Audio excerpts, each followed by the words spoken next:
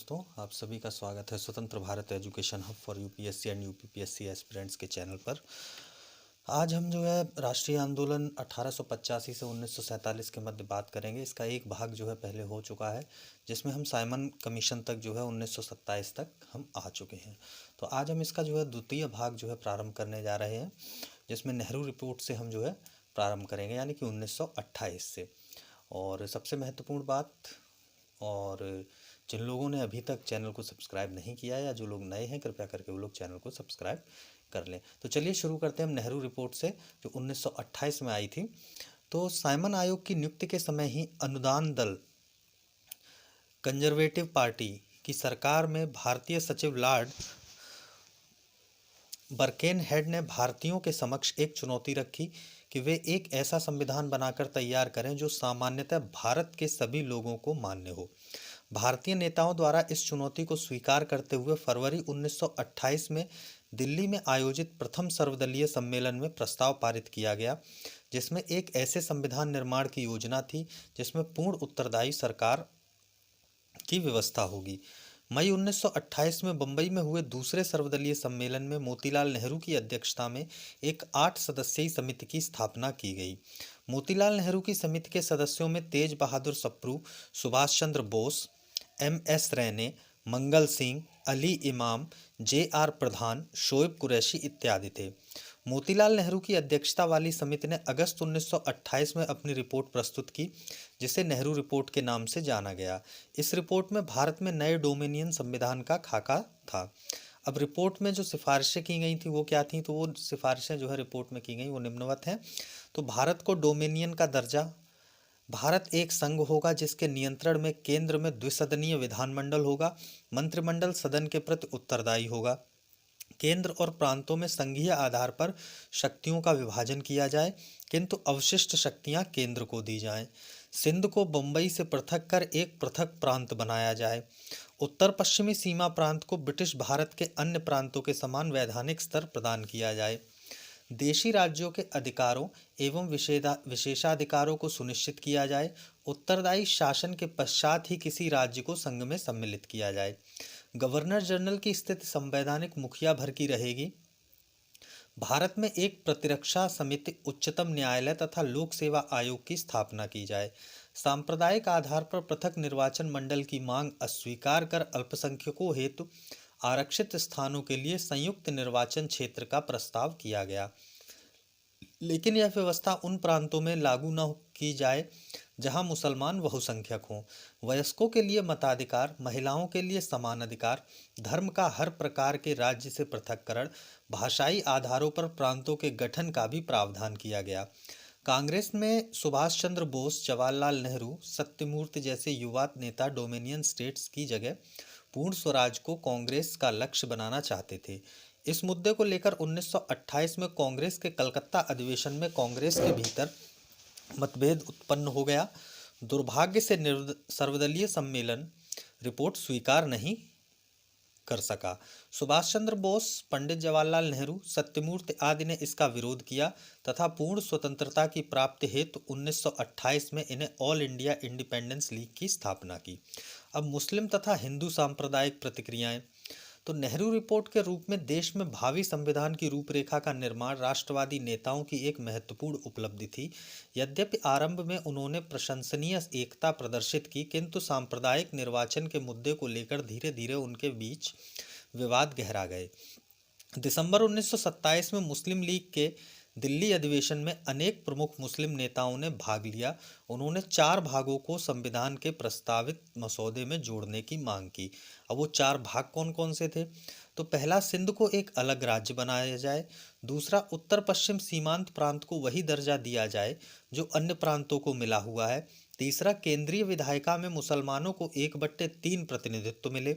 चौथा, पंजाब और बंगाल में प्रतिनिधित्व का अनुपात आबादी के अनुरूप हो तथा अन्य प्रांतों में मुसलमानों के लिए सीटों का मौजूदा आरक्षण बरकरार रहे। दिसंबर 1928 में नेहरू रिपोर्ट की समीक्षा हेतु एक सर्वदलीय सम्मेलन का आयोजन किया गया। उपरोक्त मांगों को लेकर मतदान की प्रक्रिया शुरू होते ही जिन्ना ने प्रस्ताव ठुकरा दिया। परिणामतः मुस्लिम लीग सर्वदलीय सम्मेलन से अलग हो गई तथा मोहम्मद अली जिन्ना मोहम्मद शफी एवं आगा खां के गुट से जाकर मिल गए। इसके पश्चात मार्च 1929 को जिन्ना ने अलग से 14 सूत्रीय मांगे पेश की। यहीं से आधुनिक भारतीय इतिहास में ब्रिटिशों द्वारा बोया गया सांप्रदायिकता का बीज पेड़ का रूप धारण किए हुए सामने आया। अब जिन्ना की 14 सूत्रीय मांगे कौन कौन सी थी? तो संविधान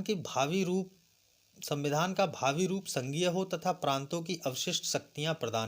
को जो है अवशिष्ट शक्तियां प्रदान की जाएं। देश के सभी विधानमंडल तथा सभी प्रांतों की अन्य निर्वाचित संस्थाओं में अल्पसंख्यकों को पर्याप्त एवं प्रभावी नियंत्रण दिया जाए। फिर सभी प्रांतों को समान स्वायत्ता प्रदान की जाए। फिर सांप्रदायिक समूह का निर्वाचन पृथक निर्वाचन पद्धति से किया जाए। फिर केंद्रीय विधानमंडल में मुसलमानों के लिए 1/3 स्थान आरक्षित किए जाएं। अगली सभी संप्रदायों के को धर्म, पूजा, उपासना, विश्वास, प्रचार एवं शिक्षा की पूर्ण स्वतंत्रता प्रदान की जाए। फिर भविष्य में किसी प्रदेश के गठन या विभाजन में बंगाल, पंजाब एवं उत्तर पश्चिम सीमांत प्रांत की अक्षुण्णता का पूर्ण ध्यान रखा जाए। सिंध को बंबई से पृथक कर एक नया प्रांत बनाया जाए।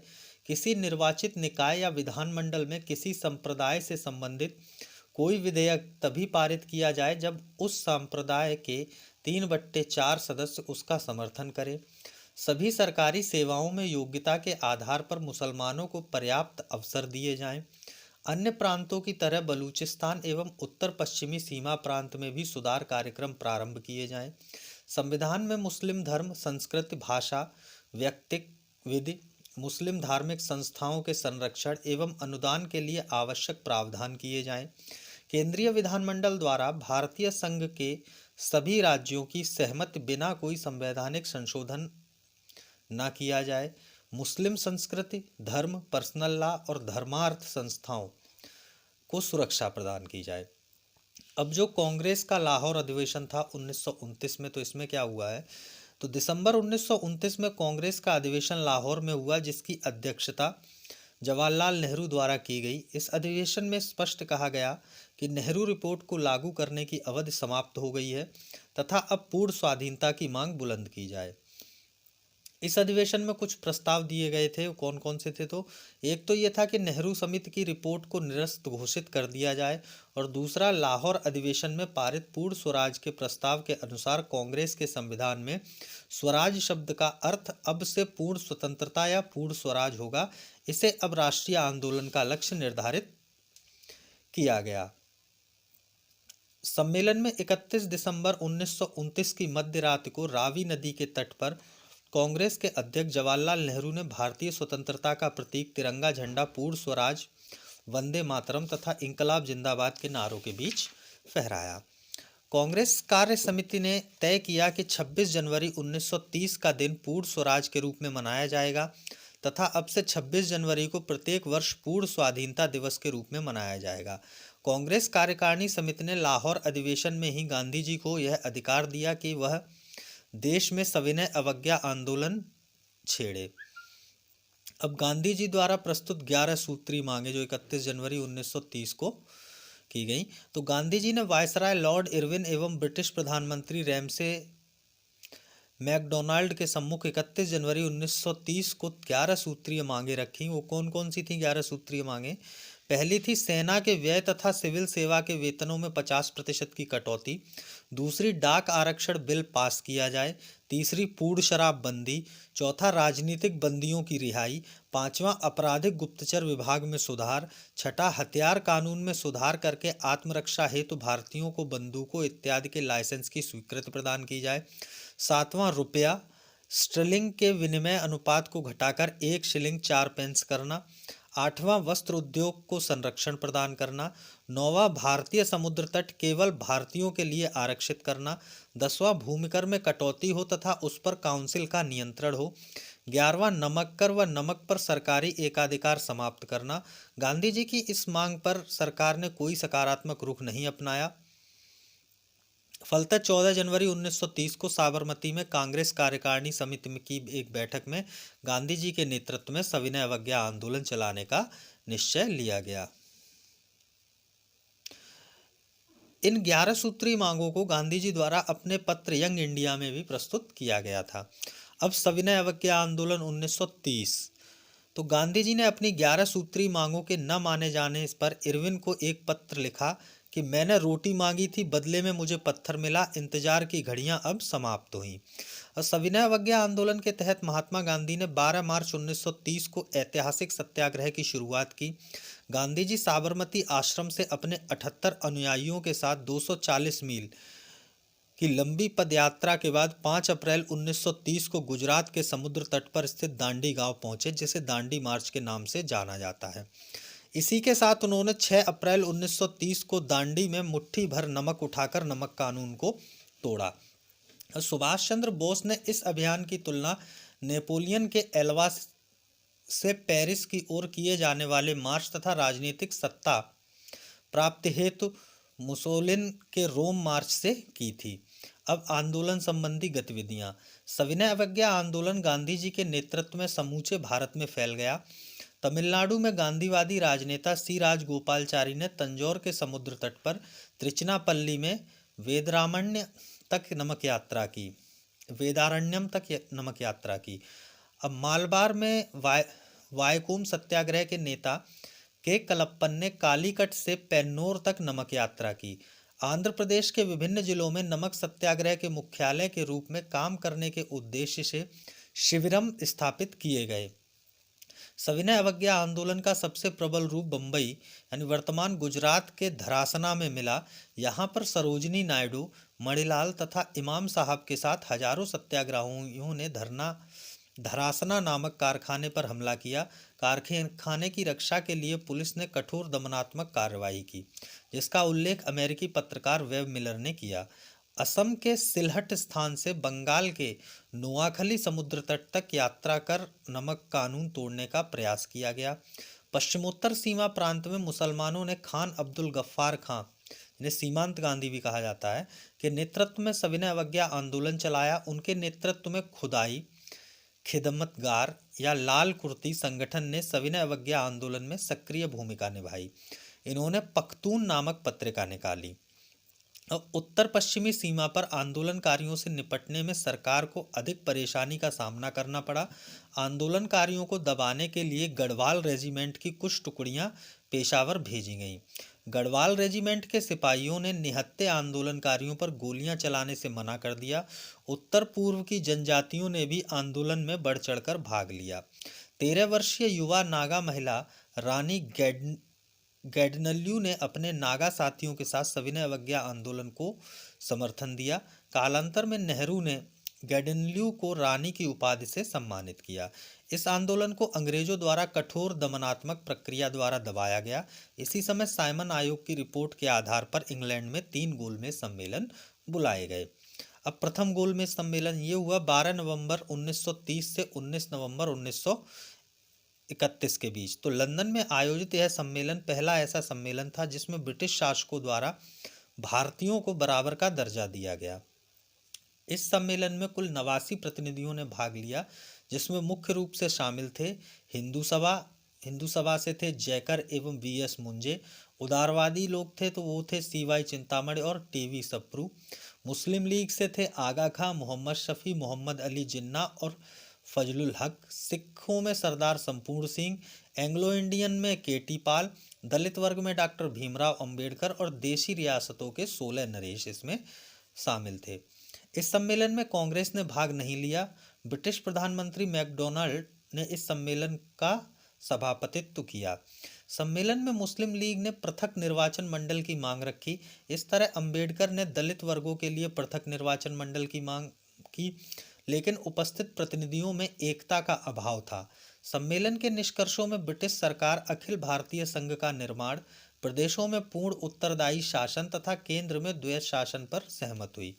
तेज बहादुर सप्रू एवं जयकर के प्रयत्नों से गांधी जी एवं इरविन के मध्य 17 फरवरी से दिल्ली में वार्ता प्रारंभ हुई। 5 मार्च 1931 को अंततः एक समझौते पर हस्ताक्षर हुए, जो गांधी इरविन समझौते के नाम से जाना गया। गांधी इरविन समझौते पर कांग्रेस की तरफ से गांधी जी ने हस्ताक्षर किए, जबकि सरकार की ओर से लॉर्ड इरविन ने हस्ताक्षर किए। अब गांधी इरविन समझौता या दिल्ली समझौता। तो 5 मार्च 1931 को दिल्ली में एक समझौता हुआ। इस समझौते को गांधी इरविन समझौता कहा जाता है। सरोजिनी नायडू ने इसे दो महात्माओं का मिलन कहा। इस समझौते के अंतर्गत जो शर्तें वायसराय इरविन द्वारा दी गई मानी गई, तो कौन कौन कुछ शर्तें मानी गई, वो कौन कौन सी थी? तो नंबर 1, जिन राजनीतिक बंदियों पर हिंसा के आरोप हैं उन्हें छोड़कर शेष को रिहा कर दिया जाएगा। दूसरी, भारतीय समुद्र किनारे नमक बना सकते हैं। तीसरा, भारतीय लोग शराब व विदेशी वस्त्रों की दुकानों पर कानून की सीमा के भीतर धरना दे सकते हैं। और चौथा, सरकारी नौकरी से त्यागपत्र देने वालों को सरकार वापस लेने में उदारता दिखाएगी। अब कांग्रेस की तरफ से गांधी जी ने निम्न बातों को स्वीकार किया।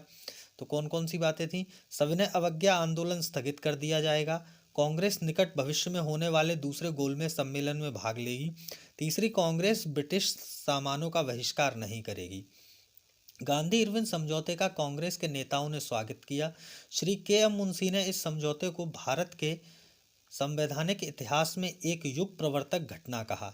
किंतु इस समझौते के कारण कांग्रेस के वामपंथी, विशेषकर युवा वर्ग में गंभीर असंतोष था। युवा कांग्रेसी नेताओं में गांधी जी के प्रति असंतुष्टि का कारण क्रांतिकारी भगत सिंह, सुखदेव एवं राजगुरु को फांसी से न बचा पाने की वजह से था। इन तीनों को 23 मार्च 1931 को लाहौर में फांसी पर लटका दिया गया। मार्च 1931 में कांग्रेस का विशेष अधिवेशन कराची में संपन्न हुआ। युवाओं द्वारा गांधी जी को काले झंडे दिखाए गए। कराची अधिवेशन में ही पूर्ण स्वराज के साथ गांधी इरविन पैक्ट को भी स्वीकार कर लिया गया। साथ ही पहली बार कांग्रेस ने मौलिक अधिकारों, राष्ट्रीय आर्थिक कार्यक्रमों से संबंधित प्रस्ताव भी स्वीकार किया। कराची अधिवेशन की अध्यक्षता सरदार वल्लभ भाई पटेल ने की थी।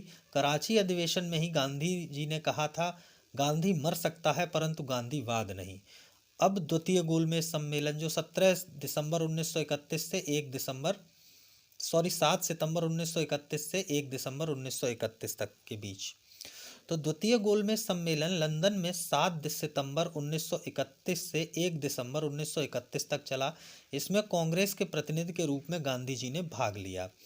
द्वितीय गोलमेज सम्मेलन के समय रैमजे मैकडोनाल्ड ब्रिटेन के प्रधानमंत्री, दक्षिणपंथी प्रतिक्रियावादी सैमुअल होर भारत सचिव तथा वेलिंगटन भारत के वायसराय बन चुके थे।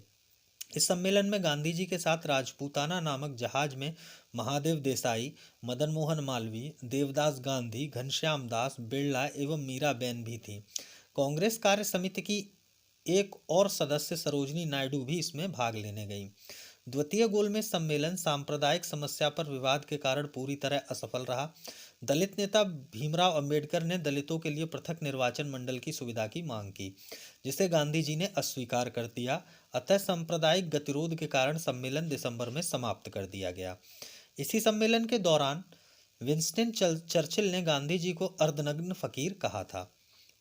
28 दिसंबर 1931 को गांधी लंदन से खाली हाथ निराश बम्बई पहुंचे। स्वदेश पहुंचने पर उन्होंने कहा कि यह सच है कि मैं खाली हाथ लौटा हूं, किंतु मुझे संतोष है कि जो ध्वज मुझे सौंपा गया था मैंने उसे नीचे नहीं होने दिया और उसके सम्मान के साथ समझौता नहीं किया। भारत आकर गांधी जी ने वेलिंगटन से मिलना, जो वायसराय था, चाहा, लेकिन वायसराय ने मिलने से मना कर दिया। दूसरी तरफ गांधी इरविन समझौते को भी सरकार ने दफन कर दिया।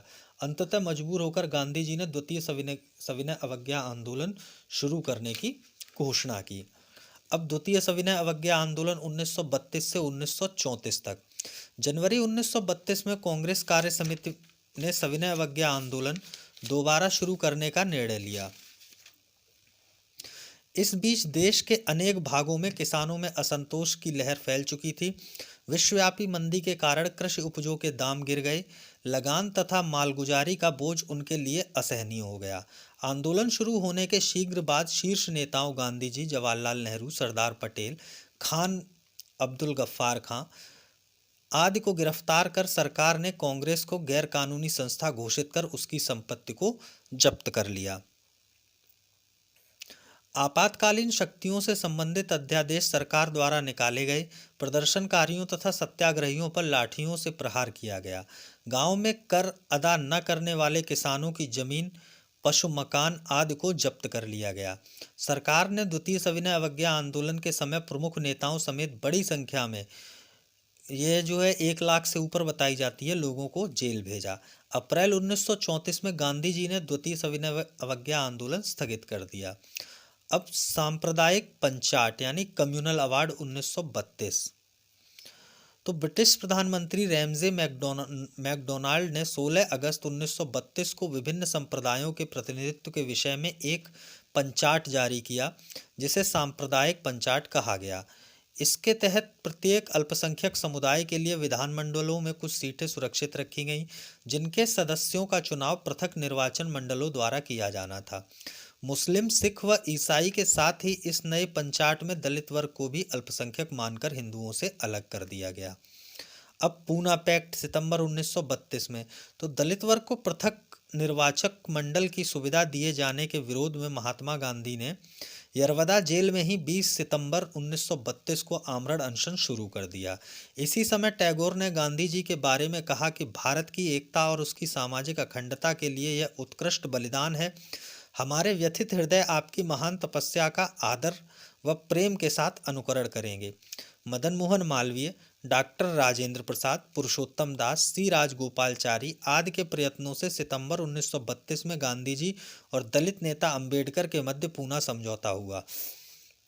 पूना पैक्ट के अनुसार दलितों के लिए पृथक निर्वाचन व्यवस्था समाप्त कर दी गई तथा विभिन्न प्रांतीय विधानमंडलों में दलित वर्ग के लिए सीटों की संख्या 71 से बढ़ाकर 147 आरक्षित की गई तथा केंद्रीय विधानमंडलों में सुरक्षित सीटों की संख्या में 18% की वृद्धि की गई। अब गांधी जी और हरिजन उत्थान। तो दलित वर्गों को हरिजन नाम गांधी जी ने ही दिया। पूना समझौता के बाद गांधी जी की रुचि अस्पृश्यता विरोधी आंदोलन के प्रति अधिक हो गई। इसी समय उन्होंने हरिजन सेवक संघ की स्थापना की। तो सितंबर 1932 में गांधी जी ने हरिजन कल्याण हेतु अखिल भारतीय छुआछूत विरोधी लीग की स्थापना तथा हरिजन नामक साप्ताहिक पत्र का प्रकाशन किया। 8 मई व 16 अगस्त 1933 को गांधी जी अछूत के प्रति हिंदुओं के दुर्व्यवहार पर पश्चाताप तथा हरिजन सेवा में लगे कार्यकर्ताओं के समर्थन में देश से अस्पृश्यता को जड़ सहित समाप्त करने के लिए उद्देश्य से अनशन पर बैठे। 7 नवंबर 1933 को गांधी जी ने वर्धा से हरिजन यात्रा प्रारंभ की। लगभग 9 महीने तक उन्होंने देश का दौरा करते हुए 20,000 किलोमीटर की यात्रा की। यात्रा के दौरान उन्हें कई स्थानों पर काले झंडे दिखाए गए, उनकी सभाओं को भंग कर दिया गया तथा उनके विरुद्ध पर्चे बांटे गए। अब तृतीय गोलमेज सम्मेलन। तो 17 नवंबर 1932 से 24 दिसंबर 1932 तक। अब भारतीय राजनीतिक परिदृश्य की गतिविधियों से आबादित ब्रिटिश सरकार ने अपने संवैधानिक सुधारों को जारी रखा। 17 नवंबर 1932 को तृतीय गोलमेज सम्मेलन का लंदन में आयोजन किया गया। इस सम्मेलन में कांग्रेस ने हिस्सा नहीं लिया। 24 दिसंबर 1932 को सम्मेलन की समाप्ति के बाद श्वेत पत्र जारी किया गया। श्वेत पत्र पर विचार हेतु लॉर्ड लिनलिथगो की अध्यक्षता में ब्रिटिश संसद की एक संयुक्त समिति गठित की गई। इस समिति की रिपोर्ट के आधार पर सैमुअल होर द्वारा भारत शासन अधिनियम हेतु ब्रिटिश संसद में बिल पेश किया गया। ब्रिटिश सम्राट ने अगस्त 1935 में इस विधेयक पर अपनी सहमति दे दी। यह विधेयक भारत शासन अधिनियम 1935 के नाम से जाना गया। अब कांग्रेस समाजवादी पार्टी। तो वर्ष 1934 में कांग्रेस के बहुत बड़े भाग ने कांग्रेस के भीतर समाजवादी विचारधारा का प्रचार प्रसार करने के लिए एक पृथक दल के गठन पर बल दिया। इसी उद्देश्य से जयप्रकाश नारायण, आचार्य नरेंद्र देव तथा मीनू मसानी ने मिलकर बंबई में कांग्रेस समाजवादी दल की स्थापना की। इसके अन्य सहयोगी नेता अशोक मेहता, अच्युत पटवर्धन, डॉक्टर राम मनोहर लोहिया आदि थे। अब 1936 में कांग्रेस के लखनऊ अधिवेशन में समाजवाद का लक्ष्य विश्व में फांसीवाद तथा प्रतिक्रियावाद के विरुद्ध रहते हुए संघर्ष के परिप्रेक्ष्य में भारतीय संघर्ष को केंद्रित रखा गया। नेहरू का यह प्रस्ताव कांग्रेस कार्यकारिणी समिति में अस्वीकृत हो गया। अब जो है प्रांतीय चुनाव तथा मंत्रिमंडलों का गठन 1937। तो प्रांतों के प्रधानमंत्री कौन कौन थे? तो मद्रास के थे श्री राजगोपालचारी, बिहार के श्री कृष्ण सिन्हा, उड़ीसा के BN दास, मध्य प्रांत में NB खरे, बाद में रविशंकर शुक्ल, संयुक्त प्रांत में गोविंद बल्लभ पंत, बम्बई में BG खैर, असम में सादुल्ला गोपीनाथ बरदुलाई, उत्तर पश्चिम प्रांत में डॉक्टर खान साहब, सिंध में अल्लाह बख्श, बंगाल में फजलुल हक, पंजाब में सिकंदर हयात खां। तो प्रांतीय चुनावों तथा मंत्रिमंडल का गठन जो 1937 में हुआ, तो ये क्या कैसे है, तो 1936 में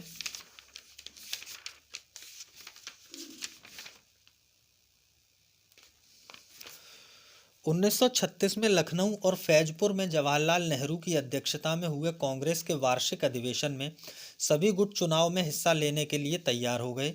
जनवरी फरवरी 1937 में हुए प्रांतीय विधानमंडलों के चुनाव में अपने प्रतिद्वंदी दलों का सफाया करते हुए कांग्रेस ने 11 प्रांतों में से 5 प्रांतों में पूर्ण बहुमत प्राप्त किया।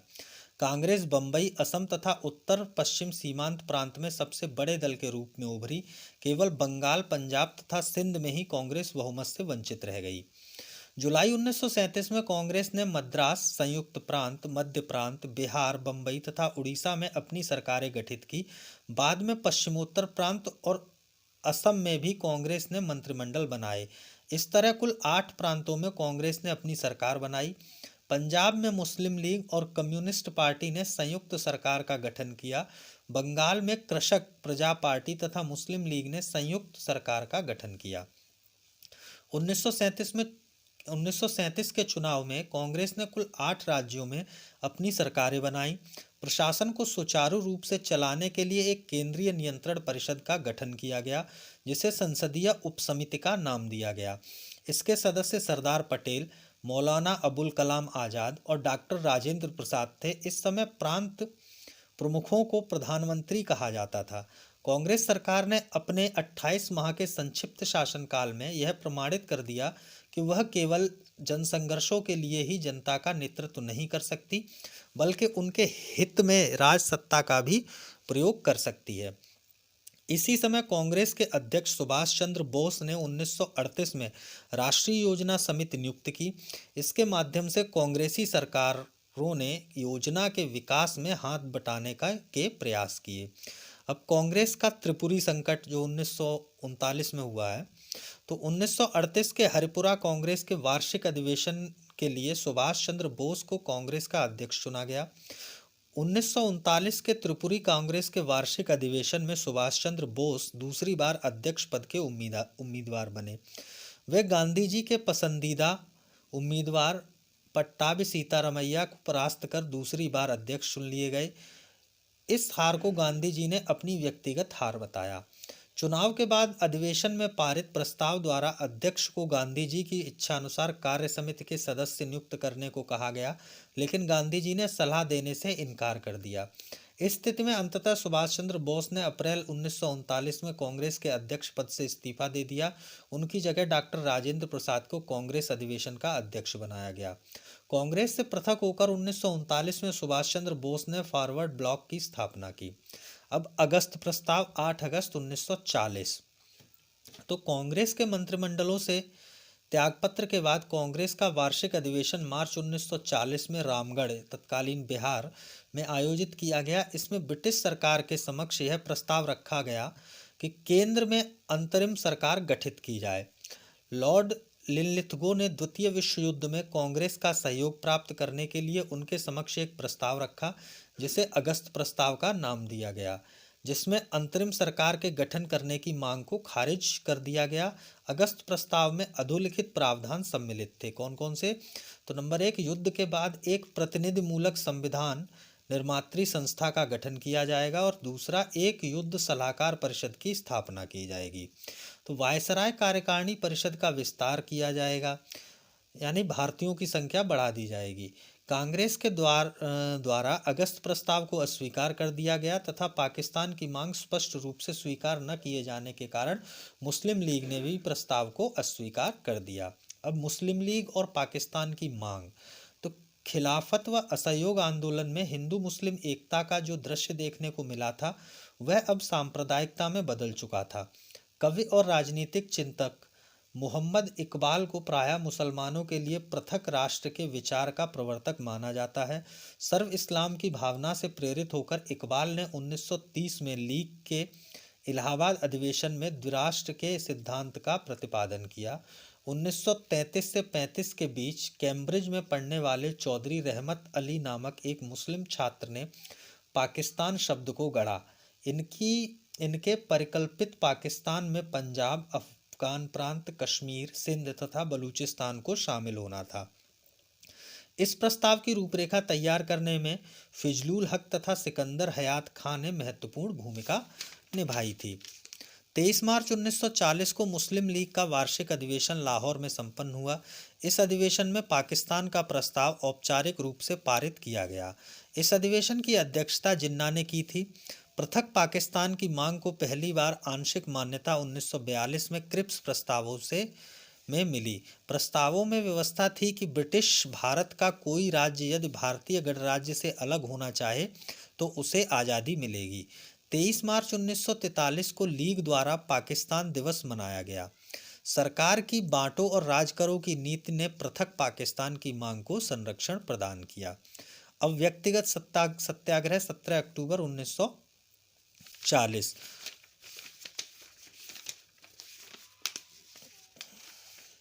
तो कांग्रेस ने अगस्त प्रस्ताव के विरोध तथा युद्ध में अपने को अलग सिद्ध करने के लिए व्यक्तिगत सत्याग्रह आरंभ किया।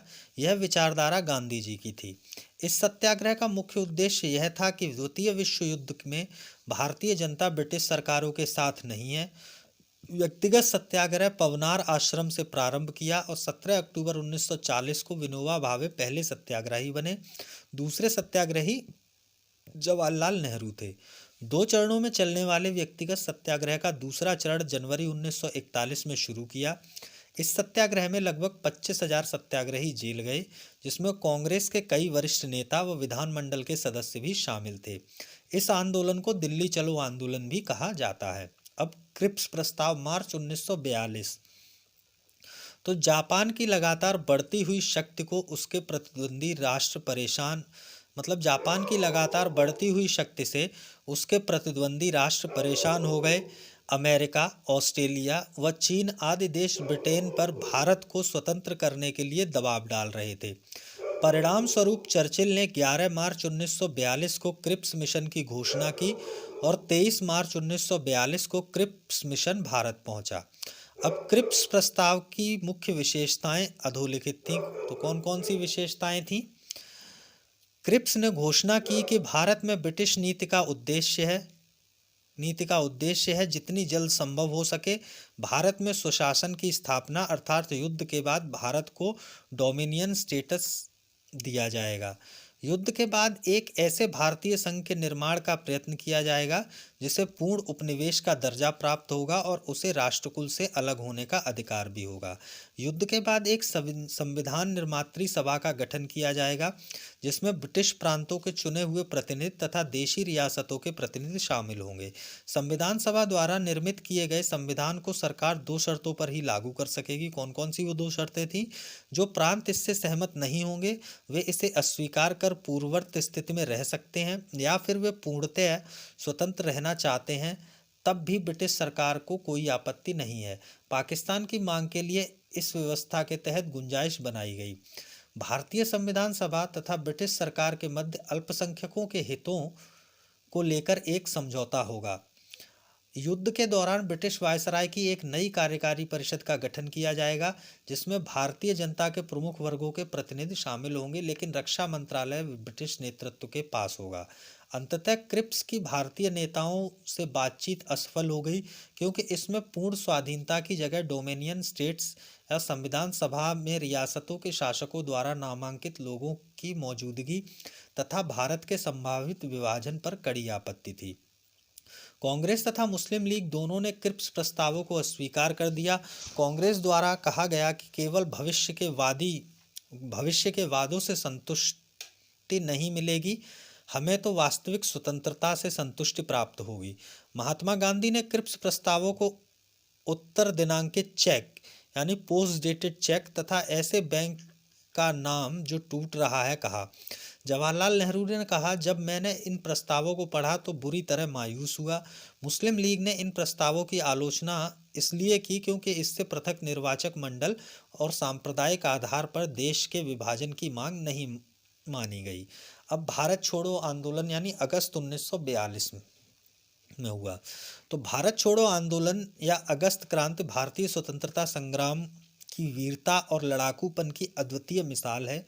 जिसने ब्रिटिश शासन की नींव हिलाकर रख दी। क्रिप्स मिशन के वापस लौटने के उपरांत गांधी जी ने एक प्रस्ताव तैयार किया जिसमें अंग्रेजों से तुरंत भारत छोड़ने तथा जापानी आक्रमण होने पर भारतीयों से अहिंसक असहयोग का आह्वान किया गया था। गांधी जी ने कांग्रेस को चुनौती देते हुए कहा कि अगर संघर्ष के प्रस्ताव को स्वीकार नहीं किया गया तो मैं देश की बालू से ही कांग्रेस से भी बड़ा आंदोलन खड़ा कर दूंगा। फलतः कांग्रेस कार्यसमिति ने 14 जुलाई 1942 को वर्धा में अपनी बैठक बुलाई। इसमें संघर्ष के निर्णय को स्वीकृति दे दी गई।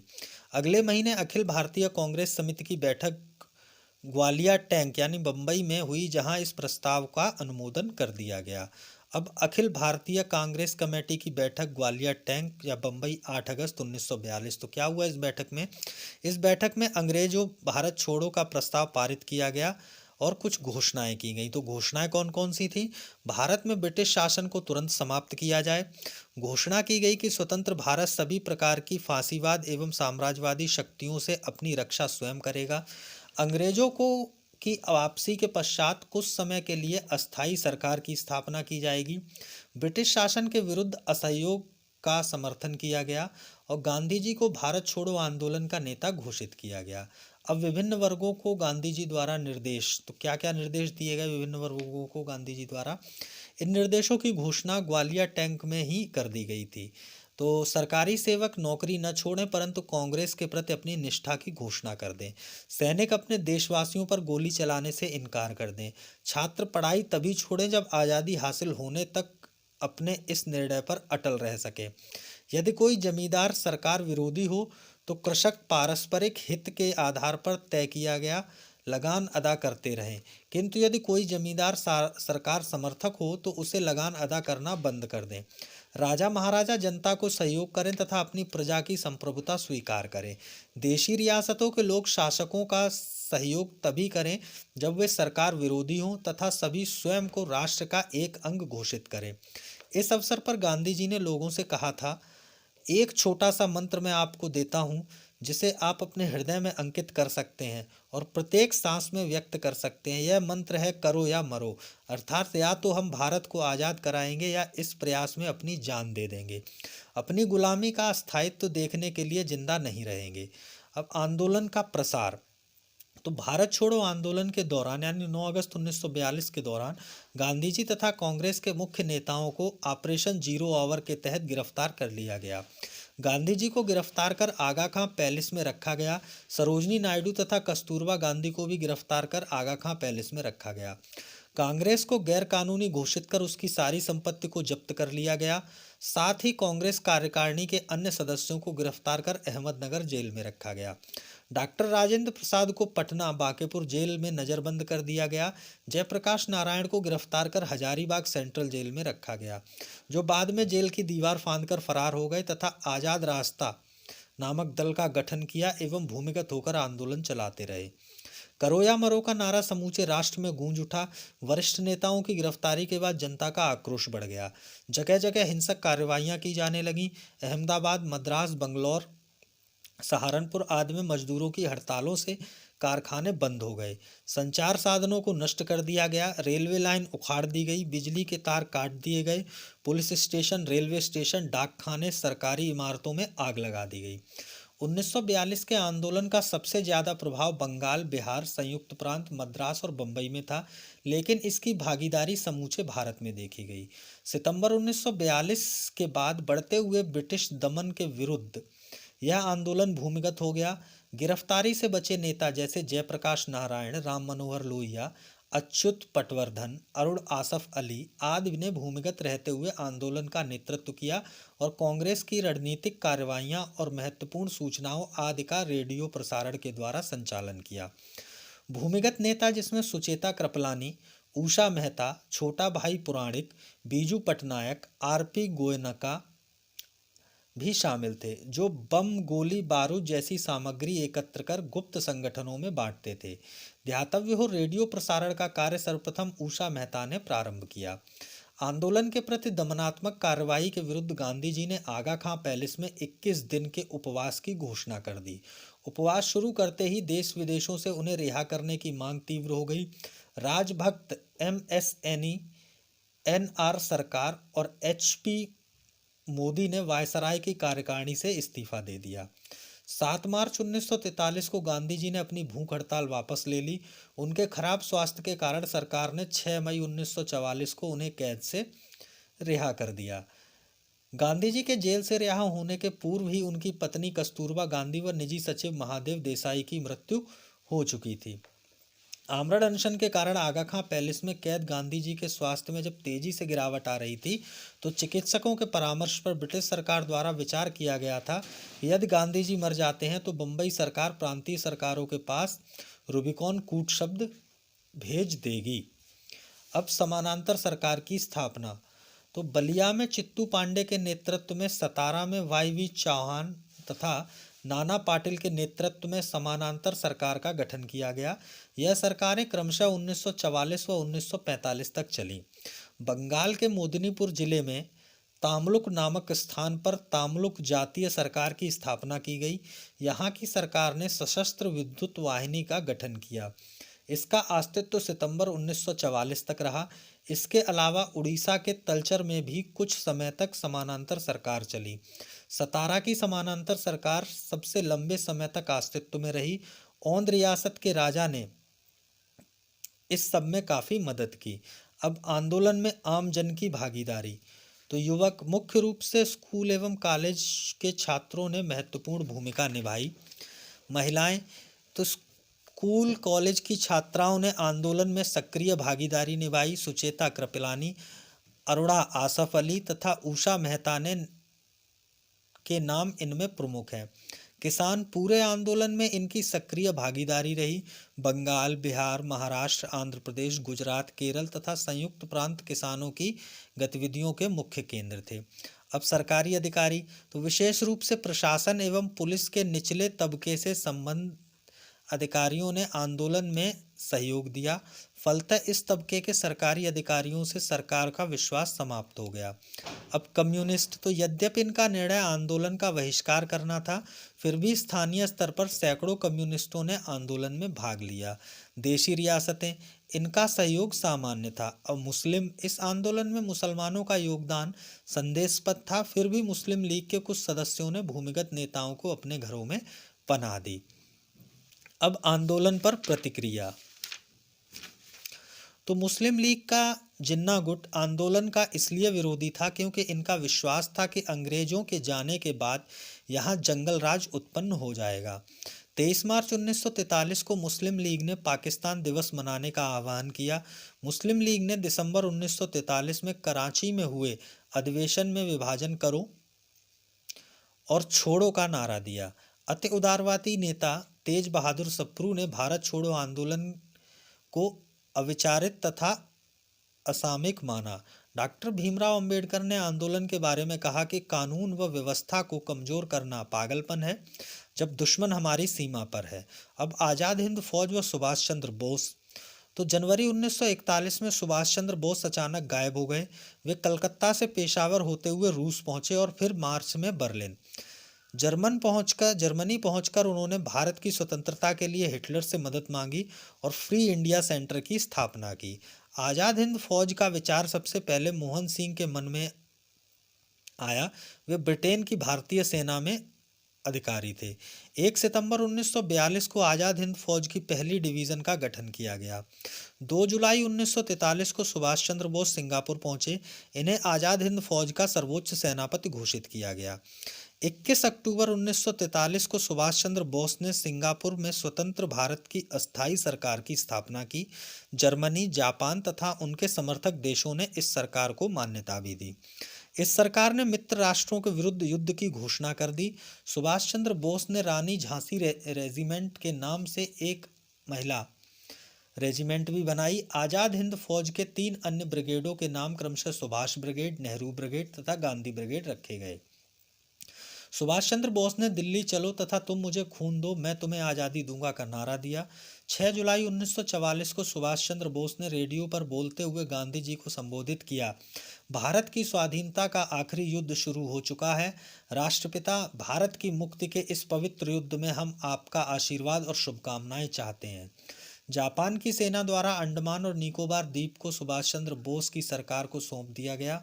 अंडमान का नाम शहीद द्वीप तथा निकोबार का नाम स्वराज द्वीप रखा गया। अप्रैल 1944 में भारतीय राष्ट्रीय सेना का झंडा मोइरंग यानी मणिपुर में फहराया गया। 1945 में द्वितीय विश्व युद्ध में जापान की हार के साथ ही आज़ाद हिंद फौज के सिपाहियों को भी जापानी सेना के साथ आत्मसमर्पण करना पड़ा। सुभाष चंद्र बोस सिंगापुर से जापान की ओर भागे। संभवतः वह ताइपेई हवाई अड्डे पर एक विमान दुर्घटना में 18 अगस्त 1945 को मारे गए। अब लाल किला मुकदमा जो 1945 में चलाया गया, तो 1945 में आज़ाद हिंद फौज के सिपाहियों के समर्पण के बाद सरकार ने उन पर निष्ठा की शपथ तोड़ने के आरोप पर लाल किले के मुकदमा चलाने का निर्णय लिया। सरकार के इस निर्णय के विरुद्ध समूचे देश में आंदोलन शुरू हो गया। कांग्रेस ने आईएनए के सिपाहियों को बचाने के लिए आज़ाद हिंद फौज राहत तथा जांच समिति का गठन किया। बचाव पक्ष के वकीलों में भूलभाई देसाई प्रमुख थे तथा उनके सहयोग हेतु तेज बहादुर सप्रू, काटजू तथा जवाहरलाल नेहरू ने भी अदालत में बहस की। आज़ाद हिंद फौज के सिपाही सरदार गुरबख्श सिंह, श्री प्रेम सिंह सहगल व शहनवाज पर मुकदमा चलाया गया। यद्यपि कोर्ट मार्शल ने उन्हें दोषी पाया, परंतु लॉर्ड वेविल जो उस समय वायसराय थे ने समकालीन परिस्थितियों को भांपते हुए उनका दंड क्षमा कर दिया। अब सीआर फार्मूला या राजाजी फार्मूला 1944। तो राजगोपालचारी जो मद्रास के एक प्रभावशाली नेता थे, कांग्रेस और मुस्लिम लीग के मध्य समझौते के पूर्ण पक्षधार थे। 1944 में गांधी जी की स्वीकृति से उन्होंने कांग्रेस तथा मुस्लिम लीग के समझौते की योजना प्रस्तुत की। तो वो योजना क्या थी? तो मुस्लिम लीग भारतीय स्वतंत्रता की मांग का समर्थन करे, प्रांतों में अस्थायी सरकारों की स्थापना के कार्य में मुस्लिम लीग कांग्रेस की सहायता करे, युद्ध समाप्ति के पश्चात एक कमीशन उत्तर पूर्वी तथा उत्तर पश्चिमी भारत में उन क्षेत्रों को निर्धारित करे जहां मुस्लिम स्पष्ट बहुमत से हैं। इस क्षेत्र में जनमत सर्वेक्षण कराया जाए तथा उसके आधार पर तय किया जाए कि वह भारत में रहना चाहते हैं या नहीं। देश के विभाजन की स्थिति में आवश्यक विषयों यथा प्रतिरक्षा, वाणिज्य, संचार तथा आवागमन इत्यादि के संबंध में दोनों के मध्य संयुक्त समझौता किया जाए। इस योजना को पूरी तरह तभी लागू किया जाए जब अंग्रेज पूर्ण रूपेण सत्ता हस्तांतरित कर दें। जिन्ना ने इस फॉर्मूले को यह कहकर अस्वीकार कर दिया कि उन्हें दीमक लगा सड़ा गला पाकिस्तान नहीं चाहिए। ये तो था सीआर फार्मूला या राजाजी फार्मूला। अब वेवेल योजना तथा शिमला सम्मेलन जो 1945 में हुआ, तो अक्टूबर 1943 में लिलिथगो की जगह लॉर्ड वेवेल भारत के वायसराय बनकर आए। इस समय भारत की स्थिति अत्यधिक तनावपूर्ण थी। 14 जून 1945 को वेवेल द्वारा वेवेल योजना प्रस्तुत की गई, जिसके प्रावधान निम्नलिखित हैं। तो नंबर 1, केंद्र में एक नई कार्यकारी परिषद का गठन हो जिसमें वायसराय तथा कमांडर इन चीफ के अलावा शेष सदस्य भारतीय हों। कार्यकारी परिषद एक अंतरिम व्यवस्था थी जिसमें तब तक देश का शासन चलाना था जब तक नए स्थायी संविधान पर आम सहमति नहीं हो जाती। अब वेवेल प्रस्ताव पर विचार विमर्श हेतु जून 1945 में शिमला सम्मेलन का आयोजन किया गया। इसमें 21 भारतीय राजनीतिक नेताओं ने हिस्सा लिया। कांग्रेस की तरफ से मौलाना अबुल कलाम आज़ाद तथा मुस्लिम लीग की तरफ से जिन्ना ने प्रतिनिधित्व किया। अब सम्मेलन में जिन्ना द्वारा प्रस्तुत प्रस्ताव की वायसराय की कार्यकारिणी के सभी मुस्लिम सदस्य लीग से ही लिए जाएं, क्योंकि मुस्लिम लीग ही सभी मुसलमानों की एकमात्र प्रतिनिधि संस्था है। यह सम्मेलन की असफलता का प्रमुख कारण बना। इस सम्मेलन में जो है गांधी जी ने भाग नहीं लिया था, लेकिन वे शिमला में उपस्थित थे। अब शाही नौसेना विद्रोह जो 18 से 23 फरवरी 1946 को हुआ, तो रॉयल इंडियन नेवी के विद्रोह की शुरुआत 18 फरवरी को हुई, जब बंबई में नौसैनिक जहाज HMIS तलवार के 1100 नाविकों ने नस्लवादी भेदभाव और खराब भोजन के प्रतिवाद में हड़ताल कर दी। सैनिकों की मांग यह भी थी कि नाविक BC दत्त को, जिसे जहाज की दीवार पर भारत छोड़ो लिखने के आरोप में गिरफ्तार कर लिया गया, रिहा किया जाए। नौसेना के इस विद्रोह को बंबई, कराची के नाविकों का पूरा सहयोग मिला। इस नौसेना विद्रोह में इंकलाब जिंदाबाद, जय हिंद, हिंदू मुस्लिम एक हो, ब्रिटिश साम्राज्य मुर्दाबाद आज़ाद हिंद फौज के कैदियों को रिहा करो आदि नारे लगाए गए। इस विद्रोह के समर्थन में बम्बई में एक अभूतपूर्व लड़ाई का आयोजन किया गया। इसमें बड़ी संख्या मजदूरों ने हिस्सा लिया। उनके प्रदर्शनों में 3 झंडे एक साथ चलते थे, कांग्रेस का तिरंगा, लीग का हरा झंडा और बीच में कम्युनिस्ट पार्टी का लाल झंडा। इस देशव्यापी विस्फोट की स्थिति में वल्लभ भाई पटेल ने हस्तक्षेप किया। पटेल व जिन्ना ने उन्हें आत्मसमर्पण की सलाह दी। विद्रोहियों ने आत्मसमर्पण करते हुए कहा कि हम भारत के सामने आत्मसमर्पण कर रहे हैं, ब्रिटेन के सामने नहीं। अब कैबिनेट मिशन 1946। तो फरवरी 1946 में लेबर पार्टी के नवनिर्वाचित नेता एटली ने भारतीय नेताओं से अनौपचारिक स्तर पर बातचीत करने के लिए एक संसदीय दल को भारत भेजने का निर्णय लिया। 24 मार्च 1946 को कैबिनेट मिशन भारत आया। कैबिनेट मिशन के सदस्यों में शामिल थे सर स्टेफोर्ड क्रिप्स, एवी अलेक्जेंडर तथा पैथिक लॉरेंस। भारत में कैबिनेट मिशन की घोषणा करते हुए पैथिक लॉरेंस ने कहा कि इसका उद्देश्य भारत के लिए संविधान तैयार करने के लिए शीघ्र ही एक कार्यप्रणाली तैयार करना तथा अंतरिम सरकार हेतु आवश्यक प्रबंधन करना है। कैबिनेट मिशन के प्रमुख प्रावधान जो हैं वो ये निम्नवत हैं। तो नंबर 1, कैबिनेट मिशन ने पृथक पाकिस्तान की मांग को अस्वीकार कर दिया। ब्रिटिश भारत तथा देशी राज्यों को मिलाकर एक अखिल भारतीय संघ का निर्माण होना चाहिए जो रक्षा, विदेशी मामले तथा संचार साधनों की देखभाल करे तथा इसके लिए आवश्यक कर लगाए। नंबर 3, संघ की कार्यपालिका एवं विधानमंडलों में ब्रिटिश भारत तथा रियासतों के प्रतिनिधि शामिल होंगे। किसी महत्वपूर्ण सांप्रदायिक मुद्दे पर यह आवश्यक हो कि विधानमंडल में दोनों मुख्य संप्रदायों के विधायक अलग अलग मत देकर उसका समर्थन करें। और फिर नंबर 4 जो है, केंद्रीय विषयों को छोड़कर शेष सभी मामलों में प्रांतों को पूर्ण स्वायत्तता प्राप्त होगी तथा अवशिष्ट शक्तियां उन्हीं में निहित होंगी। नंबर 5, प्रांतों को ग्रुप या समूह या गुट बनाने का पूरा अधिकार होगा। साथ ही इन गुट या समूहों के क्या क्या अधिकार होंगे इसका निर्धारण वे स्वयं करेंगे।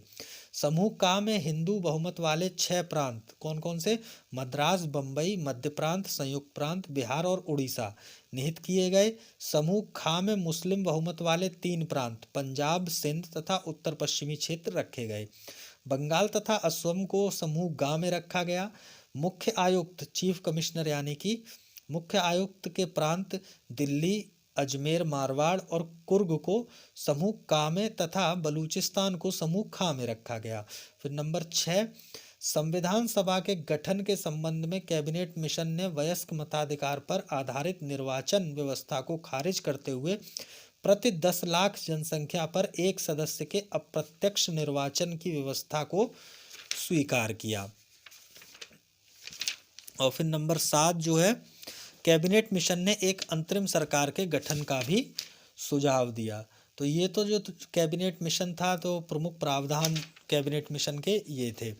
अब संविधान सभा का चुनाव 1946 में जो हुआ है, तो जुलाई 1946 में कैबिनेट मिशन के तहत चुनाव हुए। 296 सीटों में से भारतीय राष्ट्रीय कांग्रेस को 208 सीटें, मुस्लिम लीग को 73 सीटें एवं 15 सीटें अन्य छोटे समूहों को प्राप्त हुईं।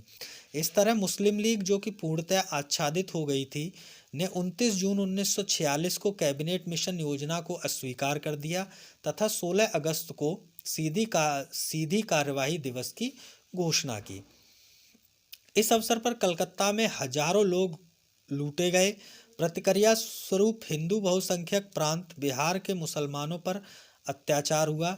इसके प्रतिकार के रूप में नोआखली और टिप्पढ़ा में हिंदुओं पर अत्याचार हुए। गांधी जी शांति व्यवस्था बहाल करने के लिए नोआखली गए। गांधी जी के विवेक और साहस को देखकर ही माउंटबेटन ने उन्हें 1 मैन बाउंड्री फोर्स की उपाधि प्रदान की। संविधान सभा के चुनाव के पश्चात 9 दिसंबर 1946 को दिल्ली में पहली बैठक हुई। सच्चिदानंद सिन्हा को अस्थायी अध्यक्ष चुना गया, लेकिन 11 दिसंबर को दूसरी बैठक में डॉक्टर राजेंद्र प्रसाद को स्थायी अध्यक्ष बनाया गया। डॉक्टर भीमराव अंबेडकर को प्रारूप समिति का अध्यक्ष बनाया गया। इस तरह 2 वर्ष 11 माह 18 दिन में भारतीय संविधान बनकर तैयार हुआ। संविधान सभा कई समितियों में विभक्त भी की गई थी। अब अंतरिम सरकार का गठन। तो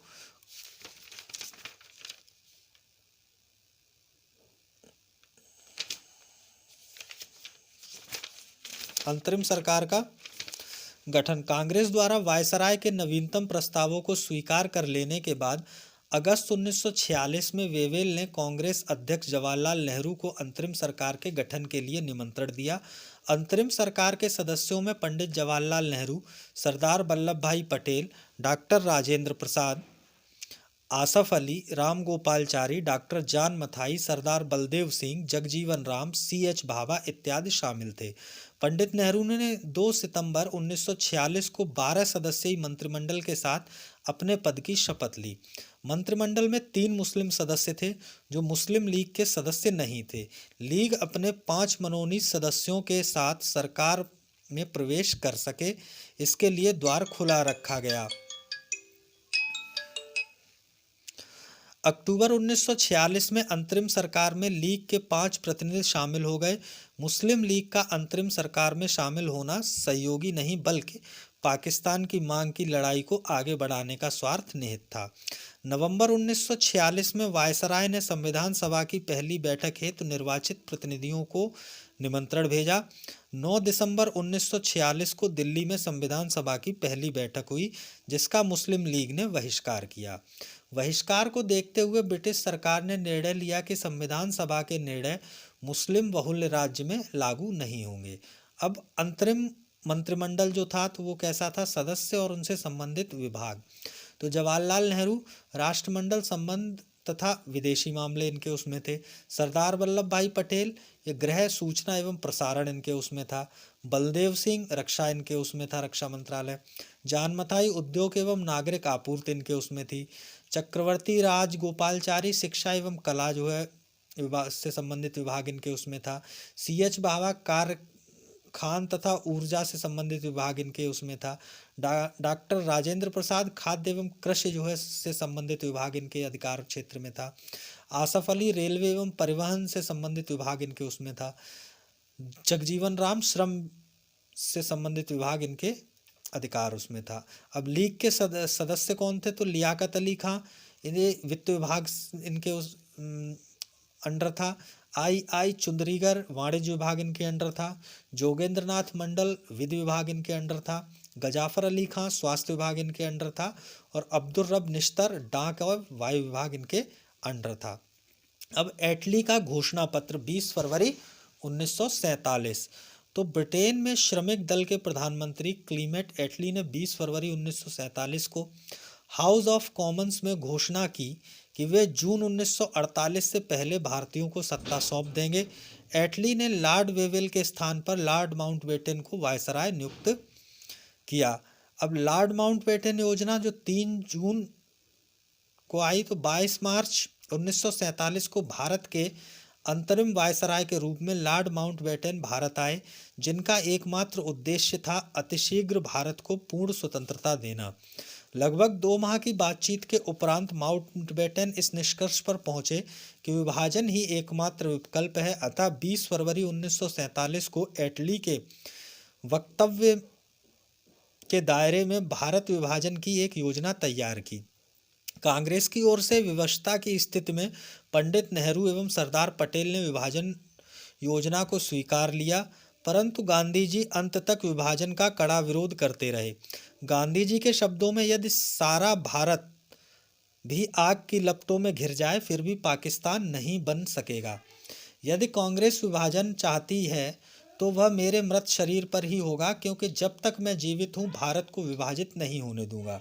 लेकिन मुस्लिम लीग द्वारा अंतरिम सरकार के काल में पैदा हुई परेशानियों से थककर वल्लभ भाई पटेल ने कहा कि जिन्ना विभाजन चाहते हैं या नहीं, अब हम स्वयं विभाजन चाहते हैं।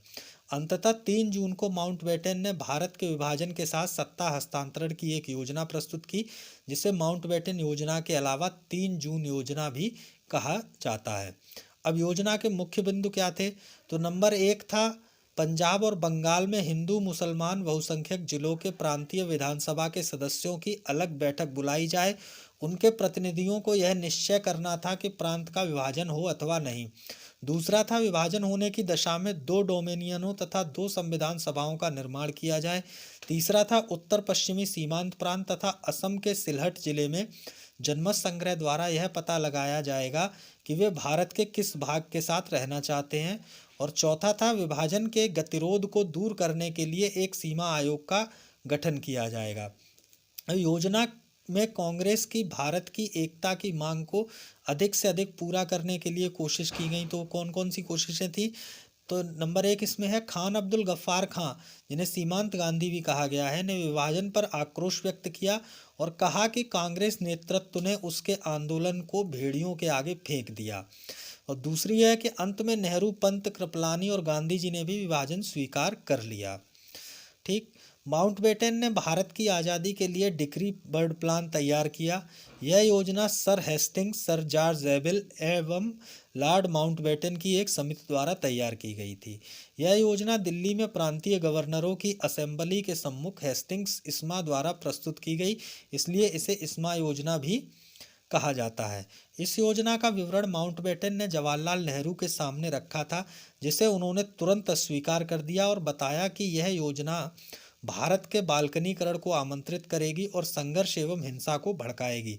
अतः यह इस योजना को बाल्कन प्लान भी कहा जाता है। अब भारतीय स्वतंत्रता अधिनियम 1947। तो माउंटबेटन योजना के आधार पर ब्रिटिश संसद ने 18 जुलाई 1947 को भारतीय स्वतंत्रता अधिनियम 1947 पारित किया। इस अधिनियम के द्वारा ही 3 जून को माउंटबेटन योजना को स्वीकृति दी गई। अब अधिनियम की मुख्य बातें क्या थीं? तो 15 अगस्त 1947 को भारत और पाकिस्तान नामक 2 भागों में बांट दिया जाएगा। प्रत्येक अधिराज्य में एक गवर्नर जनरल होगा, जिसकी नियुक्ति इंग्लैंड का सम्राट करेगा। नए संविधान का निर्माण होने तक दोनों राज्यों का प्रशासन भारत शासन अधिनियम 1935 के अनुसार चलाया जाएगा। इसने भारतीय रियासतों को यह स्वतंत्रता दी कि वे चाहे तो भारत डोमिनियन या पाकिस्तान डोमिनियन के साथ मिल सकती हैं या स्वतंत्र रह सकती हैं। तो 15 अगस्त 1947 को भारतीय इतिहास में एक कालखंड का अंत हुआ और दूसरे का प्रारंभ। लॉर्ड माउंटबेटन को स्वतंत्र भारत का प्रथम ब्रिटिश गवर्नर जनरल बनाया गया और नेहरू जी को प्रधानमंत्री। 14 अगस्त 1947 को जिन्ना पाकिस्तान का प्रथम गवर्नर जनरल बने। अब देशी रियासतों का आज़ादी में योगदान तथा विलय। तो भारत शासन अधिनियम 1935 द्वारा संवैधानिक रूप से देशी रियासतों को ब्रिटिश इंडिया से जोड़ने की योजना बनाई गई थी। इस अधिनियम के तहत देशी रियासतों को मिलाकर एक संघीय स्वरूप प्रदान करना था। वर्ष 1938 से 39 में देशी रियासतों में नई चेतना का विकास हुआ और बड़ी संख्या में प्रजामंडलों का गठन हुआ। जयपुर, कश्मीर, राजकोट, पटियाला, हैदराबाद, मैसूर, त्रावणकोर और उड़ीसा रियासतों में व्यापक स्तर पर संघर्ष हुए। इन व्यापक संघर्षों को शेख अब्दुल्ला, UN डेवर, जमनालाल बजाज, जयनारायण व्यास आदि ने नेतृत्व प्रदान किया। द्वितीय विश्व युद्ध से उत्पन्न परिस्थितियों में ब्रिटिश इंडिया और देशी रियासतों में कांग्रेस ने कोई भेद नहीं किया और अब रियासतें भी भारतीय स्वाधीनता आंदोलन में सम्मिलित हो गईं। 1939 में लुधियाना में राज्यपाल कॉन्फ्रेंस हुई, जिसका अध्यक्ष जवाहरलाल नेहरू को बनाया गया। अब ब्रिटिश इंडिया तथा देशी रियासतों के आंदोलन एक दूसरे से जुड़ गए। द्वितीय विश्व युद्ध की समाप्ति के बाद देशी रियासतों के एकीकरण की समस्या उठ खड़ी हुई, जिसे सरदार वल्लभ भाई पटेल द्वारा बड़ी समझदारी और सूझबूझ से सुलझाया गया। अधिकांश रियासतों ने कूटनीतिक प्रयासों, सैन्य बलों तथा जन आंदोलनों के खौफ से भारत में विलय का निर्णय लिया, तो वहीं कुछ रियासतों ने विलय दस्तावेज पर हस्ताक्षर कर दिए। 15 अगस्त 1947 को कोमोवेश सभी रियासतें भारतीय संघ में शामिल हो गईं। कुछ रियासतें जैसे जूनागढ़, हैदराबाद और जम्मू कश्मीर ने अपनी स्वाधीनता को बनाए रखने का प्रयास किया। अब जूनागढ़ सौराष्ट्र के तट पर एक छोटी सी रियासत थी, जो 3 तरफ से भारतीय भूभाग से घिरी हुई थी। यहाँ के नवाब ने 15 अगस्त 1947 को अपने राज्य का विलय पाकिस्तान के साथ घोषित कर दिया। हालांकि वहाँ की जनता, जो कि अधिकांश हिंदू थी, ने भारत में विलय के लिए जन आंदोलन छेड़ दिया। नवाब भागने के लिए मजबूर हो गया और तत्कालीन परिस्थितियों में वहाँ के दीवान शहनवाज भुट्टो ने भारत सरकार को हस्तक्षेप के लिए आमंत्रित किया। फरवरी 1948 में रियासत में एक जनमत संग्रह कराया गया, जो भारत के पक्ष में आया। इस प्रकार जूनागढ़ रियासत का भारत में विलय हो गया। तो जूनागढ़ रियासत का विलय जो है भारत में जनमत संग्रह के आधार पर हुआ। अब हैदराबाद, यह भारत की सबसे बड़ी रियासत थी। हैदराबाद के निजाम ने नवंबर 1947 में भारत सरकार के साथ यथास्थिति संधि पर हस्ताक्षर किए। सरकार को उम्मीद थी कि निजाम अपनी रियासत में एक प्रतिनिधिमूलक सरकार का मार्ग प्रस्तुत करेगा, जिससे बाद में विलय आसान हो जाएगा। इसी बीच वहां की जनता ने निजाम के विरुद्ध आंदोलन छेड़ दिया। इससे रियासत में कुछ अलगाववादी उपद्रव प्रारंभ हुए, जिससे भारतीय सेना ऑपरेशन पोलो या कैटरपिलर के तहत हैदराबाद में 23 सितंबर 1948 को प्रवेश कर गई। अंततः निजाम ने आत्मसमर्पण कर दिया। नवंबर 1948 में भारतीय संघ में विलय को निजाम ने स्वीकार कर लिया। सरकार ने उसे औपचारिक शासक के रूप में बहाल रखा तथा उसकी ज़्यादातर संपत्ति को अपने पास रखने की अनुमति दे दी। अब जम्मू कश्मीर, तो जम्मू कश्मीर भारत की एक ऐसी रियासत थी जो उपरोक्त दोनों रियासतों से भिन्न थी। उसकी भौगोलिक स्थिति के कारण राज्य की सीमा भारत तथा पाकिस्तान दोनों से मिलती थी। यहाँ का शासक हिंदू तथा अधिकांश जनता मुस्लिम थी। शासक हरि सिंह किसी एक देश में विलय होने के बजाय स्वतंत्र रहना चाहते थे, लेकिन नेशनल कांग्रेस कॉन्फ्रेंस के नेता शेख अब्दुल्ला भारत में कश्मीर का विलय चाहते थे, जबकि भारत चाहता था कि कश्मीरी जनता जनमत संग्रह द्वारा इसका निर्णय ले। 22 अक्टूबर 1947 को पाकिस्तानी सैनिक अफसरों के नेतृत्व में पठान कबायलियों ने कश्मीर में घुसपैठ कर दी। 26 अक्टूबर 1947 में कश्मीर को बचाने के लिए राजा हरि सिंह ने जम्मू कश्मीर का भारत में विलय नामक विलय पत्र पर हस्ताक्षर कर दिया और शेख अब्दुल्ला को रियासत का प्रमुख बनाया गया।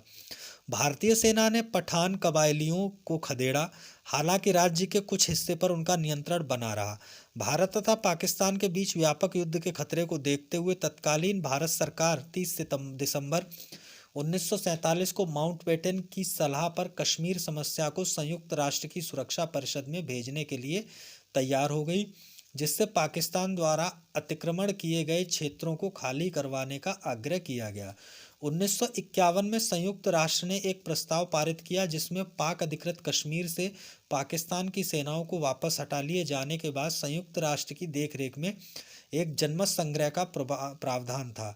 यह प्रस्ताव विफल हो गया क्योंकि पाकिस्तान ने आज के तथाकथित आज़ाद कश्मीर से अपनी सेनाओं को वापस बुलाने से इनकार कर दिया था। अब यूरोपीय बस्तियों का एकीकरण, तो फ्रांसीसी बस्तियां स्वतंत्रता के समय भारत में चंद्रनगर, पांडिचेरी, कराईकल, माहे आदि क्षेत्र फ्रांस के अधिकार में थे। अपनी भौगोलिक स्थिति के कारण इन क्षेत्रों में पृथक पृथक जनमत संग्रह कराया गया। 1 नवंबर 1945 को इन चारों क्षेत्रों का व्यवहारिक नियंत्रण भारत को प्राप्त हुआ। 1956 में भारत तथा फ्रांस के मध्य विलय संबंधी संधि हुई और 1962 में इस संधि को फ्रांसीसी संसद द्वारा अनुमोदित किए जाने पर भारत को इन क्षेत्रों का वैधानिक अधिकार भी प्राप्त हो गया।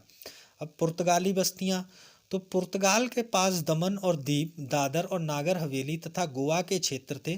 पुर्तगाल आसानी से अपने उपनिवेश छोड़ने को तैयार नहीं थे, किंतु यहाँ की जनता को पुर्तगाली शासन स्वीकार नहीं था। तत्पश्चात जुलाई 1954 में दादर और नागर हवेली में जन आक्रोश भड़का और जनता ने पुर्तगाली शासन को उखाड़ फेंका। दिसंबर 1961 में भारतीय सेना ने गोवा में प्रवेश कर गोवा के गवर्नर जनरल को आत्मसमर्पण के लिए विवश किया। जल्द ही दमन और दीव को भी भारत के अधिकार क्षेत्र में ले लिया गया। तत्पश्चात प्रशासनिक तौर पर गोवा, दमन और दीव तथा दादर और नागर हवेली को केंद्र शासित प्रदेश का दर्जा दिया गया।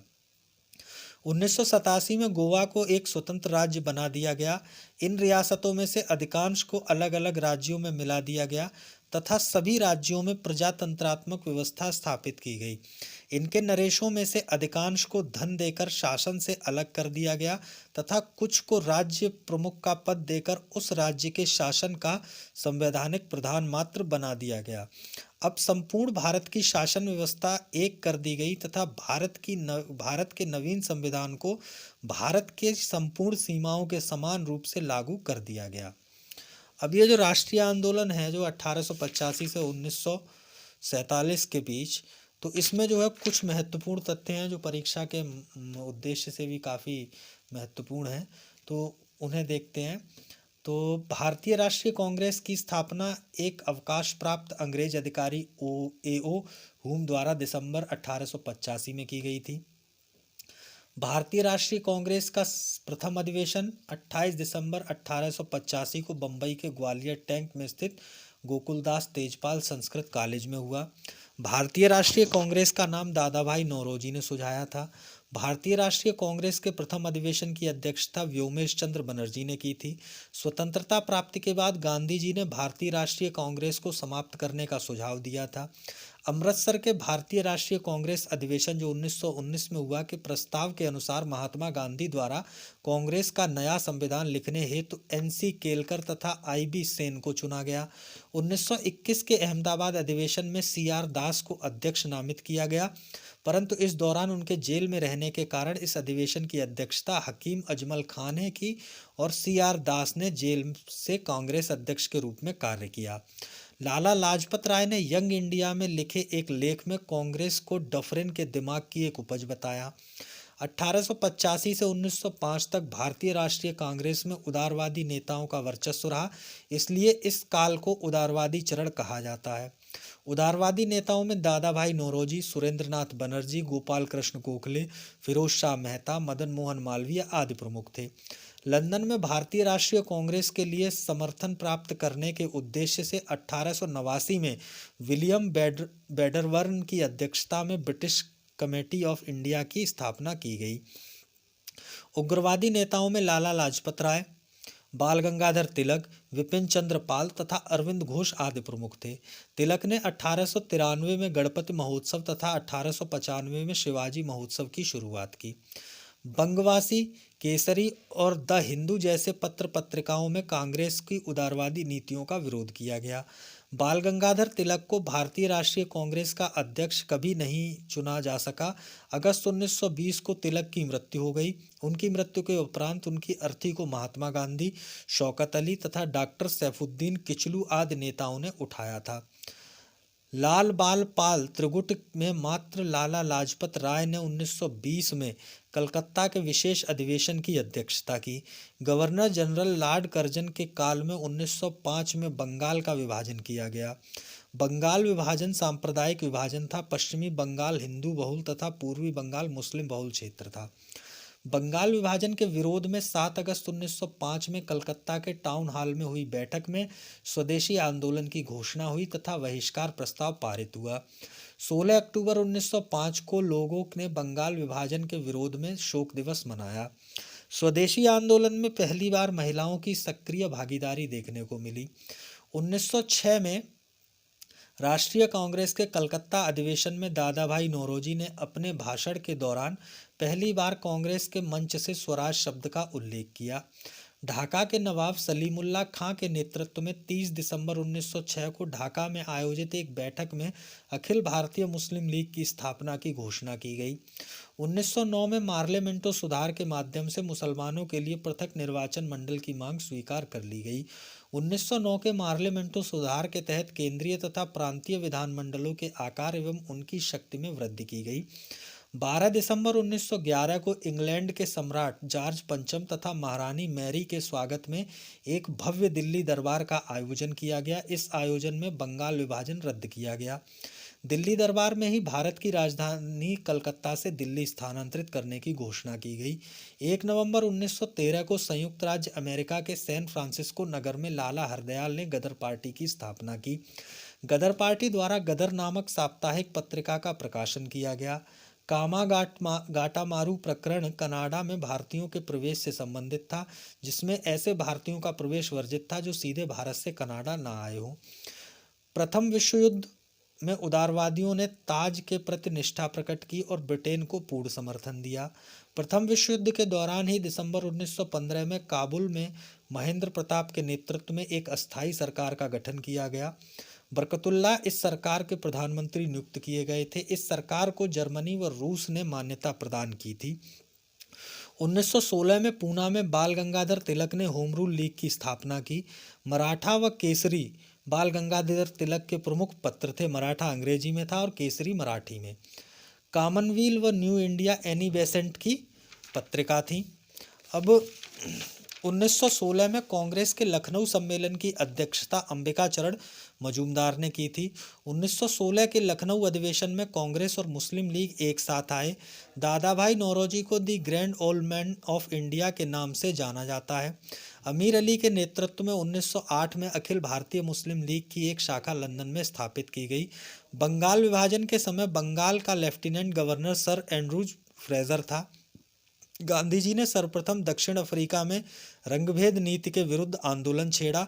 दक्षिण अफ्रीका में उन्होंने इंडियन ओपिनियन अखबार का प्रकाशन किया तथा 1904 में फीनिक्स आश्रम की स्थापना की। गांधी जी ने भारत वापसी के पश्चात सर्वप्रथम 1917 में चंपारण आंदोलन का नेतृत्व किया। इसी आंदोलन की सफलता के बाद उन्हें राष्ट्रीय पहचान मिली।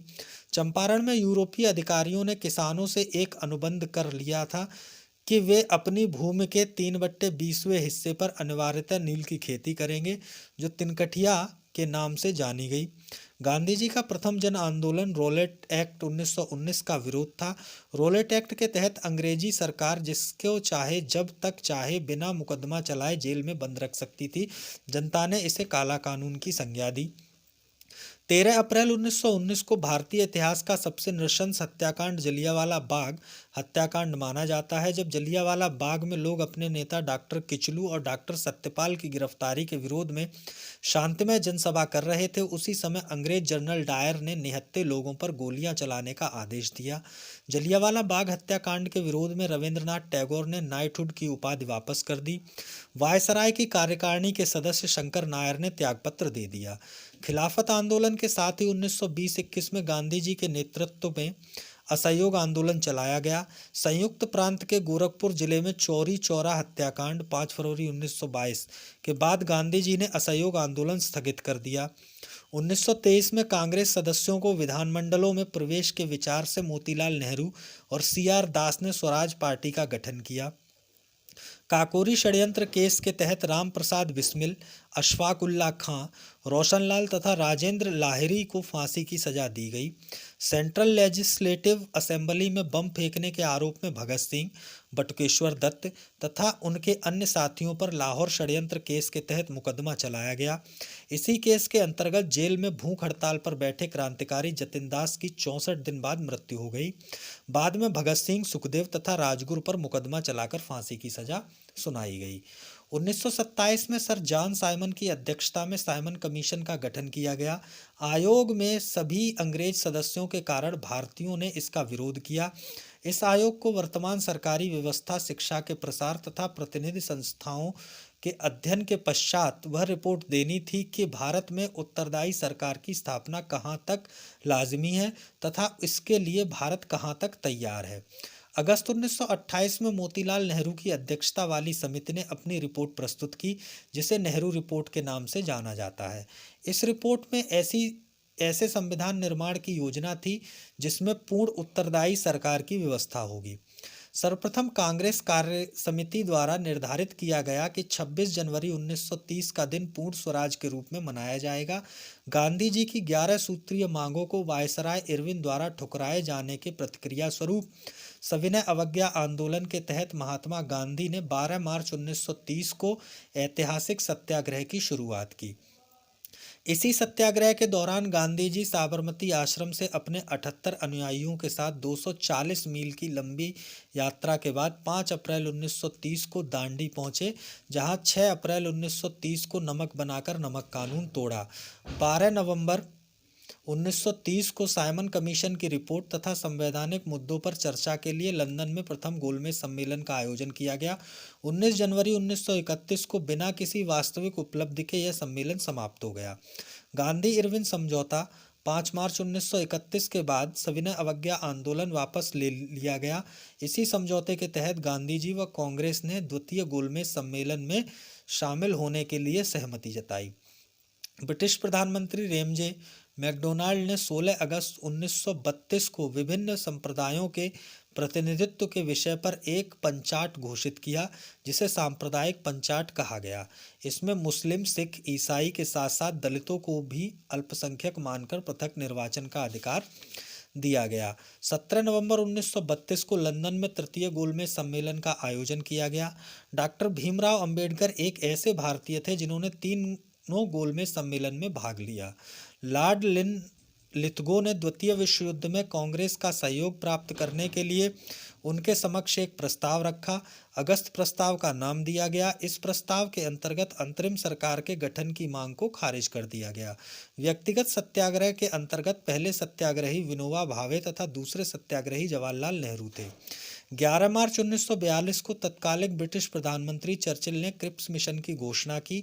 23 मार्च 1942 को क्रिप्स मिशन भारत पहुंचा। क्रिप्स मिशन के प्रस्तावों को कांग्रेस तथा मुस्लिम लीग दोनों ने अस्वीकार कर दिया। महात्मा गांधी ने क्रिप्स प्रस्तावों को उत्तर दिनांकित चेक कहा। क्रिप्स मिशन की वापसी के बाद गांधी जी द्वारा प्रस्तुत प्रस्ताव को कांग्रेस की वर्धा बैठक में स्वीकार कर लिया गया, जो भारत छोड़ो आंदोलन का प्रस्ताव था। भारत छोड़ो आंदोलन को अगस्त क्रांति के नाम से भी जाना जाता है। भारत छोड़ो आंदोलन भारतीय स्वतंत्रता संग्राम की अंतिम महान लड़ाई थी। कांग्रेस की ग्वालियर टैंक बम्बई बैठक में अंग्रेजों भारत छोड़ो का प्रस्ताव पारित किया गया। आज़ाद हिंद फौज का विचार सबसे पहले मोहन सिंह के मन में आया। वे ब्रिटेन की भारतीय सेना के अधिकारी थे। 1 सितंबर 1942 को आज़ाद हिंद फौज की पहली डिवीज़न का गठन किया गया। 2 जुलाई 1943 को सुभाष चंद्र बोस सिंगापुर पहुंचे। इन्हें आज़ाद हिंद फौज का सर्वोच्च सेनापति घोषित किया गया। लाल किला मुकदमा 1945 आज़ाद हिंद फौज के सिपाही सरदार गुरबख्श सिंह, श्री प्रेम सहगल तथा शहनवाज पर चलाया गया। अदालत में इनकी वकालत भूलाभाई देसाई, तेज बहादुर सप्रू, काटजू तथा जवाहरलाल नेहरू ने की। CR फार्मूला राजगोपालचारी द्वारा 1944 में लाया गया, जिसमें कांग्रेस और मुस्लिम लीग के समझौते की बात रखी गई। अक्टूबर 1943 में लिनलिथगो की जगह लॉर्ड वेवेल भारत के वायसराय बनकर आए और 4 जून 1945 को वेवेल द्वारा वेवेल योजना प्रस्तुत की गई। वेवेल प्रस्ताव पर विचार विमर्श हेतु जून 1945 में शिमला सम्मेलन का आयोजन किया गया। मुस्लिम लीग की अनुचित मांगों के कारण यह सम्मेलन असफल रहा। भारतीय नेताओं ने अनौपचारिक स्तर पर बातचीत के लिए 24 मार्च 1946 को कैबिनेट मिशन भारत आया। कैबिनेट मिशन के सदस्यों में शामिल थे sir Stafford Cripps, AV Alexander तथा पैथिक लॉरेंस।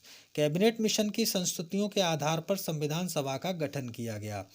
9 दिसंबर 1946 को डॉक्टर सच्चिदानंद सिन्हा की अस्थायी अध्यक्षता में संविधान सभा की पहली बैठक आयोजित की गई। 11 दिसंबर 1946 को डॉक्टर राजेंद्र प्रसाद को संविधान सभा का स्थायी अध्यक्ष बनाया गया। अगस्त 1946 को पंडित जवाहरलाल नेहरू के नेतृत्व में भारत की पहली अंतरिम राष्ट्रीय सरकार की घोषणा की गई। इसमें मुस्लिम लीग की भागीदारी नहीं थी। 3 जून 1947 को माउंटबेटन ने भारत के विभाजन के साथ सत्ता हस्तांतरण की एक योजना प्रस्तुत की, जिसे माउंटबेटन योजना कहा जाता है। माउंटबेटन योजना के आधार पर ब्रिटिश संसद ने 18 जुलाई 1947 को भारतीय स्वतंत्रता अधिनियम 1947 पारित कर दिया। इस अधिनियम के तहत ही 15 अगस्त 1947 को भारत व पाकिस्तान डोमिनियन का दर्जा प्राप्त हुआ। तो ये तो था राष्ट्रीय आंदोलन जो 1885 से 1947 तक था। तो आपका राष्ट्रीय आंदोलन भी पूर्ण हो चुका है। अब जो है इसके बाद अगले सेशन में हम भारत के गवर्नर तथा वायसराय को देखेंगे, जो रहे हैं उनके क्या क्या काम रहे हैं और उन्होंने क्या क्या किया है। तो तब तक के लिए नमस्कार। और जो भी भाई नए हैं, मित्र नए हैं, जिन्होंने चैनल सब्सक्राइब नहीं किया, कृपया करके वो लोग चैनल को सब्सक्राइब कर लें।